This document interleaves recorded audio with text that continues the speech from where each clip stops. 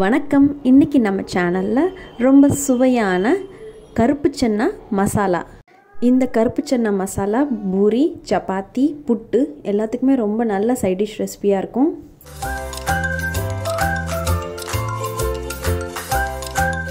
இந்த கருப்பு சன்னா மசாலா எப்படி செய்கிறதுன்னு வாங்க பார்க்கலாம்.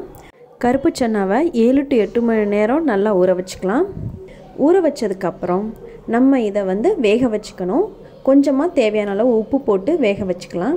இப்போ பாருங்கள், நான் கருப்பு சன்னாவை வேக வச்சு எடுத்து வச்சுருக்கேன். இப்போ அடுத்து நம்ம மிக்சியில் அரைக்கிறதுக்கு என்னென்ன தேவைன்னு பார்க்கலாம்.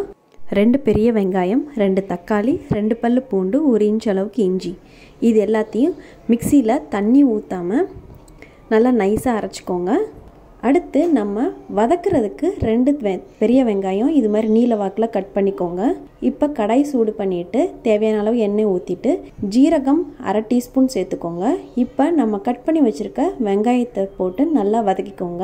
இதில் 1/4 டீஸ்பூன் அளவுக்கு மஞ்சத்தூள் சேர்த்துக்கோங்க. நல்லா மிக்ஸ் பண்ணிவிட்டு நல்லா வதங்கட்டும். வெங்காயம் நல்லா பொன்னிறமாக வதங்கினதுக்கப்புறம் நம்ம அரைச்சி வச்சுருக்க பேஸ்ட்டை இதில் சேர்த்துக்கலாம். நம்ம இந்த அரைச்சி வச்ச பேஸ்ட்டு சேர்க்கும் போதே தேவையான அளவுக்கு கொஞ்சமாக தண்ணி ஊற்றிக்கோங்க.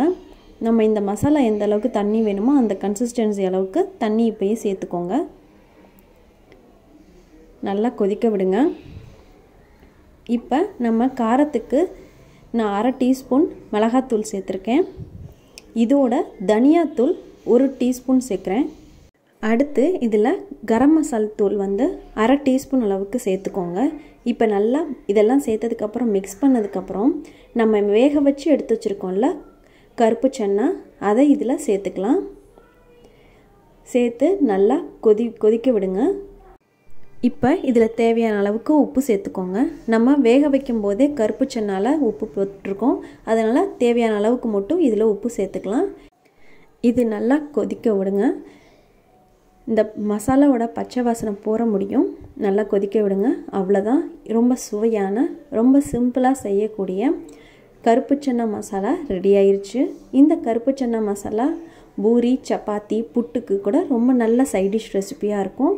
ட்ரை பண்ணி பாருங்கள். ரொம்ப சிம்பிளான, ரொம்ப சத்தான ரெசிபியும் கூட.